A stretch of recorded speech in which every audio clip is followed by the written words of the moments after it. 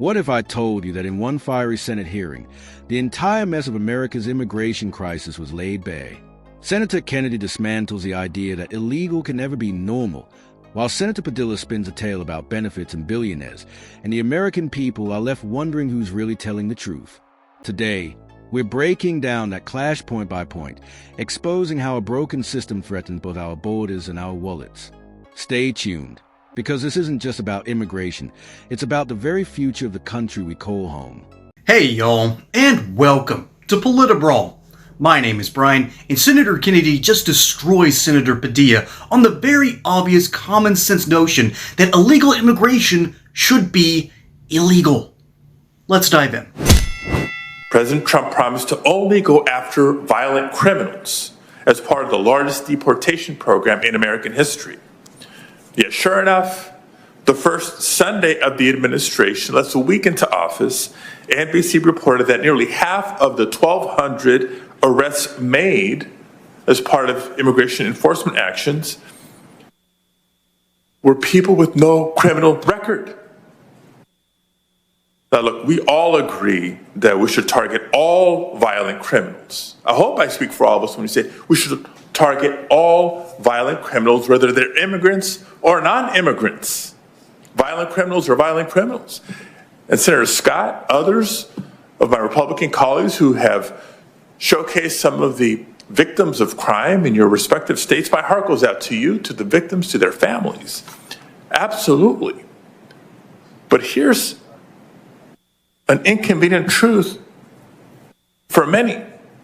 And that's the fact that immigrants, both documented and undocumented, are also critical to the success of our economy. Because the percentage of immigrants, documented and undocumented, who are violent criminals is a very, very small percentage. In closing, I know that over the next several weeks, several months, there's no doubt we'll hear a lot of talking points and misinformation by Republicans trying to distract the American people from what's really happening. So to folks watching at home, I have this to say. Follow the money. Because it's going to start with cutting hundreds of billions of dollars in benefits that you've paid into. And it's going to end with billionaires getting yet another tax break. I don't know how many foreign nationals came into our country illegally under President Biden. 8 million, 10 million, 12 million. I do know that it was a lot. And using the most conservative efforts, we probably added about 4 Nebraskas to the United States. We don't have the slightest idea who they are. We know some of them are children. We don't have the slightest idea where they are. I believe it was intentional. I don't know why President Biden and his team decided to do it, but only one of two circumstances are possible. Either it was intentional, or the people in charge you wouldn't hire to manage a Costco food court. And I don't think it was the latter. I think an intentional decision was made. I don't hate President Biden. I don't hate anybody. I hope he finds peace in retirement. But the fact is, we have an extra 12 million people who are in our country illegally. Most Americans don't support illegal immigration. They think illegal immigration is illegal. Duh. It's not because they're racist. They look at the southern border like they look at the front door at their home. Most Americans lock their front door at night. They don't do that because they hate everybody on the outside. They lock their front door at night because they love the people on the inside. And they want to know who's going in and out of their home. We've got to fix the problem of illegal immigration, and we have to have money to do it. Having said all of that, we cannot sustain our spending. I understand a lot of it is for a good cause, but if we're honest with ourselves, nobody around this place ever stands up and says, I've got a bad idea and I need money for it. It's always a good cause. But this kind of spending is going to destroy America. It won't be a fiscal cliff. It won't be. One day we won't be fine and the next day falling off. That's not how this works. This kind of spending destroys you like termites. If you get termites, your house doesn't fall on a Tuesday, your house doesn't fall apart on a Wednesday, but those termites eat away and they eat away and they eat away and you know what I'm saying. I hope we do this right. I'd like to see us do it together. I don't live in La La Land. I know that's unlikely, but I'm going to try to be here as much as I can and listen to my colleagues' ideas. And I think they're smart people, and I would invite them to make their suggestions. I for one, will take them seriously. Senator Kennedy did not say a single thing wrong in this wonderful little exchange here, and it reveals a whole lot about how the Democrats... In this budget hearing segment featuring Senator John Kennedy and Senator Alex Padilla, a heated yet revealing exchange unfolds over the ongoing issue of illegal immigration in the United States and its economic and political implications. Senator Kennedy forcefully criticizes the Biden administration for what he views as a deliberate failure to control the southern border, highlighting the surge of millions of undocumented immigrants and arguing that such negligence, whether intentional or due to incompetence, is unsustainable and dangerous for national security. He uses vivid analogies, like comparing unchecked immigration to leaving one front door open at night, to stress that Americans are not racist for wanting controlled borders. They simply want safety and accountability. On the other hand, Senator Padilla presents a counter-narrative that emphasizes the economic contributions of immigrants, both legal and illegal, suggesting that the vast majority are not violent criminals and that their labor is essential for sustaining various sectors of the economy. Padilla also accuses Republicans of using immigration as a distraction while planning to slash public benefits and award tax breaks to the wealthy. However, his message loses focus as he Democrats are approaching the fiscal year of 2025 in this budget hearing, and it shows that Senator Kennedy and most of the Republicans actually understand what's at stake. So if you notice that Senator Padilla, which, by the way, basically barged into an event led by Kristi Noem and demanded that he speak with her, and since no one in the room was expecting a 6'3" man to come barging in, naturally, security got involved very, very quickly. So, yeah, when someone says that they handcuffed Senator Padilla, well, yeah, I think they needed to.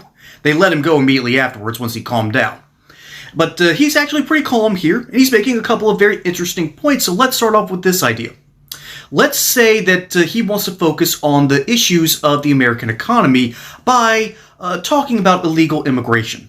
Because first off, this dude is not talking about actually solving the problem, he is talking about keeping the issue where it is. He thinks that the American economy has a massive pillar, a load-bearing wall, if you will, of illegal immigrants that are just so vital to the American economy. And the reality is, that's hogwash. All right, that's absolute hogwash. We've had a story recently where a major bust in Nebraska of illegal immigrations at a major plant, they lost a lot of workers that day, and personally I think that organization should have been fined for hiring so many. But the next day, in order to get people to fill out those positions, the room for potential applicants was completely full. Americans do want these jobs, particularly in rural areas, because it beats whatever they're doing right now. Hey y'all, here's the deal. Gold loves President Trump. Under Trump's first term, the price of gold soared 53%, and the price of silver jumped 51%. Since the start of the second term, gold has skyrocketed even higher, breaking records and even outperforming stocks. Here's what I like about precious metals like gold and silver. They have been used as a store of value for centuries. Governments can't easily manipulate it. They are used as hedges against market risk and, of course, against inflation. That's why I partnered with the amazing people over at Goldco. Goldco is an award-winning precious metals company. They are fans of this show, and they have helped millions of Americans just like y'all to purchase over $3 billion in gold and silver. Right now, you can get a free copy of their 2025 gold and silver kit. On top of that, you might also qualify for their amazing unlimited silver bonus offer. So don't wait on this. Go to PolitiBrawlGold.com to learn more. That's PolitiBrawlGold.com or call 855-644-GOLD. I have some friends that worked in the chicken industry here in Georgia, and they have to drive past the chicken coops, and those things stink to high heaven. Going up to Jasper to see my granny and pawpaw, we had to go past one of these massive chicken coop areas, and the smell lasted for miles. But those people all said to a T, Brian, that's the smell of money. And they're right. There's a lot of money to be made in those industries, and you can make some as well. I think that's how a basic economy works. Abruptly pivots from defending undocumented workers to criticizing economic policies without offering a clear solution to the immigration crisis itself.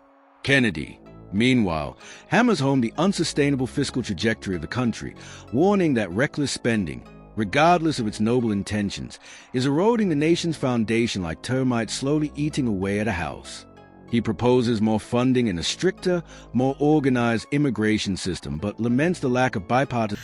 But this constant lie that we need illegal immigrants to do the less than desirable jobs, and that's the bedrock of our economy, again, it's hogwash. And then Padilla immediately pivots, saying that they're going to cut benefits. I don't understand what benefits have to do with illegal immigrants. There's no smooth transition here. He immediately just flips course, saying from illegal immigrants to benefits to billionaires. This is something straight out of Bernie Sanders' playbook, and no one on the Hill really respects Bernie Sanders anymore. The dude sold out in order to keep his position in the Democrat Party and to keep the gravy train flowing, and he knows it.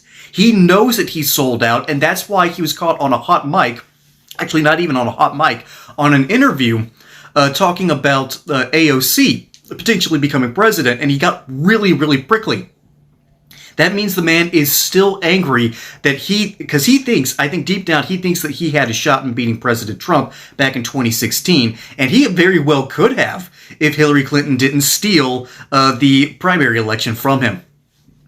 So Padilla is talking about this just massive amount of nonsense, and then moves the goalpost to benefits and billionaires. Buddy, pick a plot line and stick to it. Maybe your colleagues might give you the time of day, and maybe they'll recognize you when you barge into a major meeting. But Senator Kennedy, I had to say one word of admonition. Costco food courts are incredibly well run. And cooperation. The judge or broader governmental system in this metaphorical courtroom scenario doesn't literally issue a legal ruling, but Kennedy's speech effectively serves as a verdict on the Biden administration's border policies, one of mismanagement and denial of basic common sense. Padilla's emotional and economic appeals, while not entirely without merit, fail to provide a tangible strategy to fix the root of the crisis. From a all right, the massive amounts of pizzas that go through there, the types of food that they constantly produce, and then you got the different kind of drinks and the desserts that they had back there. It's a very small operation too. It's only a handful of people back there. It's not like a Chick-fil-A where you have 20 employees working faster than a bunch of worker bees. It's not like In-N-Out that does the exact same thing. Certainly not like a Burger King. But it's a small operation of people that are highly motivated because Costco has figured out how to get people to work those jobs and then work for them incredibly hard. People bite tooth and nail for Costco jobs, by the way, because they know how to treat their employees. And so Senator Kennedy is right outside of this, but I don't even think the Democrats could manage a Costco food court. That's the word of admonition here. It's not the fact that Senator Kennedy is wrong. It's the fact that Costco food courts are incredibly well run, and I don't think the Democrats could even do that properly. Because again, in speeches like this where you move the goalposts, when you're trying to talk about, well, we need to be nice to illegal immigrants. Well, yes, that is quite literally commanded to us, depending on your religion. But we're also commanded to render unto Caesar what is Caesar's.